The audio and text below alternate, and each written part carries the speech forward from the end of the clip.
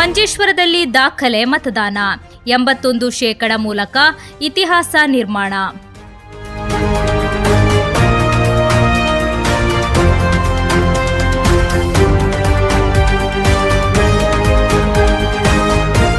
ಕೇರಳದ 1ನೇ ವಿಧಾನಸಭಾ ಕ್ಷೇತ್ರವಾದ ಮಂಜೇಶ್ವರದಲ್ಲಿ ಈ ಬಾರಿ ನಡೆದ ಚುನಾವಣೆ ಕೇವಲ ಮತದಾನವಾಗಿ ಉಳಿಯದೆ ಒಂದು ಚಾರಿತ್ರಿಕ ದಾಖಲೆಯಾಗಿ ಹೊರಹೊಮ್ಮಿದೆ.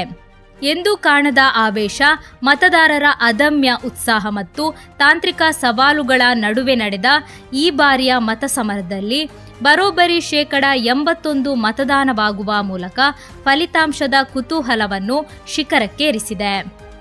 ಮಂಜೇಶ್ವರದಲ್ಲಿ 2011ರ ವಿಧಾನಸಭಾ ಚುನಾವಣೆಯಲ್ಲಿ 75% ಮತದಾನವಾಗಿತ್ತು. ತದನಂತರ ಬಿಜೆಪಿ ಕೇವಲ 81 ಮತಗಳ ಅಂತರದಲ್ಲಿ ಸೋಲುಂಡ 2016ರ ಚುನಾವಣೆಯಲ್ಲಿ 76% ಮತದಾನ ನಡೆದಿತ್ತು. ಬಳಿಕ 2021ರಲ್ಲಿ ನಡೆದ ಚುನಾವಣೆಯಲ್ಲಿ 77% ಮತದಾನವಾಗಿತ್ತು. ಇದೀಗ ಪರಿಷ್ಕೃತ ಮತದಾರರ ಪಟ್ಟಿಯಂತೆ ನಡೆದ 2026ರ ವಿಧಾನಸಭಾ ಚುನಾವಣೆಯಲ್ಲಿ ಮೊದಲ ಬಾರಿಗೆ ಮಂಜೇಶ್ವರದ ಮತದಾನ 81% ತಲುಪಿದೆ. ಇದು ಕಾಸರಗೋಡು ಜಿಲ್ಲೆಯಲ್ಲೇ ಅತ್ಯಧಿಕ ಮತದಾನವಾಗಿದೆ. ಸಾಮಾನ್ಯವಾಗಿ ಸಂಜೆ 6 ಗಂಟೆಗೆ ಮುಕ್ತಾಯಗೊಳ್ಳಬೇಕಾಗಿದ್ದ ಮತದಾನ ಪ್ರಕ್ರಿಯೆ ಮಂಜೇಶ್ವರದ ಇತಿಹಾಸದಲ್ಲೇ ಮೊದಲ ಬಾರಿಗೆ ರಾತ್ರಿ 8:15ರವರೆಗೂ ಮುಂದುವರಿಯಿತು.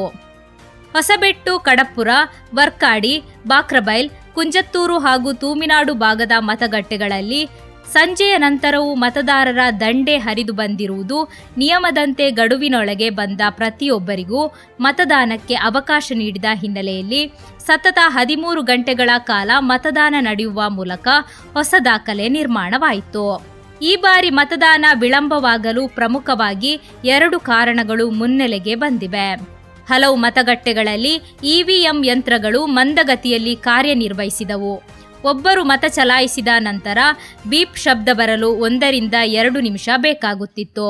ಇದು ಪ್ರಕ್ರಿಯೆಯನ್ನು ವಿಪರೀತ ವಿಳಂಬಗೊಳಿಸಿತು. ಕಡು ಬಿಸಿಲಿನಿಂದ ಪಾರಾಗಲು ಮತದಾರರು ಸಂಜೆ ವೇಳೆಗೆ ಹೆಚ್ಚಿನ ಸಂಖ್ಯೆಯಲ್ಲಿ ಮತಗಟ್ಟೆಗೆ ಆಗಮಿಸಿದ್ದು ವಿಳಂಬಕ್ಕೆ ಮತ್ತೊಂದು ಕಾರಣವಾಯಿತು. ಜಿಲ್ಲಾ ಚುನಾವಣಾ ಆಯೋಗದ ತಾತ್ಕಾಲಿಕ ಮಾಹಿತಿಯಂತೆ ಕಾಸರಗೋಡು ಜಿಲ್ಲೆಯಲ್ಲಿ ಒಟ್ಟು 78% ಮತದಾನವಾಗಿದ್ದರೆ ಮಂಜೇಶ್ವರದಲ್ಲಿ ಮಾತ್ರ 80% ಭರ್ಜರಿ ಮತದಾನ ದಾಖಲಿಸಿದೆ. ಮಂಜೇಶ್ವರದ ಈ ಶೇಕಡದ ಹೆಚ್ಚಳವು ಕ್ಷೇತ್ರದಲ್ಲಿ ಪ್ರಬಲ ಪೈಪೋಟಿ ಇರುವುದನ್ನು ಸೂಚಿಸುತ್ತಿದೆ. ಹೆಚ್ಚಿನ ಸಂಖ್ಯೆಯಲ್ಲಿ ಮತದಾನವಾಗಿರುವುದು ಕ್ಷೇತ್ರದಲ್ಲಿ ಬದಲಾವಣೆಯ ಗಾಳಿಯೋ ಅಥವಾ ಹಾಲಿ ಪ್ರತಿನಿಧಿಯ ಪರವಾದ ಒಲವೋ ಎಂಬ ಚರ್ಚೆಗಳು ರಾಜಕೀಯ ವಲಯದಲ್ಲಿ ಆರಂಭವಾಗಿವೆ. ಗಡಿಭಾಗದ ಈ ಸೂಕ್ಷ್ಮ ಕ್ಷೇತ್ರದಲ್ಲಿ ದಾಖಲಾದ ಈ ದಾಖಲೆ ಮತದಾನವು ಅಭ್ಯರ್ಥಿಗಳ ಎದೆಬಡಿತವನ್ನು ಹೆಚ್ಚಿಸಿರುವುದಂತೂ ಸುಳ್ಳಲ್ಲ. ಒಟ್ಟಿನಲ್ಲಿ ಮಂಜೇಶ್ವರದ ಮತದಾರ ಪ್ರಭು ತನ್ನ ತೀರ್ಪನ್ನು ಇವಿಎಂ ಯಂತ್ರದಲ್ಲಿ ಭದ್ರವಾಗಿ ಲಾಕ್ ಮಾಡಿದ್ದಾನೆ. ಆ ತೀರ್ಪು ಯಾರ ಪಾಲಿಗೆ ಮಂಗಳ ಹಾಡಲಿದೆ ಎಂಬುದು ಫಲಿತಾಂಶದ ದಿನವೇ ಸ್ಪಷ್ಟವಾಗಲಿದೆ.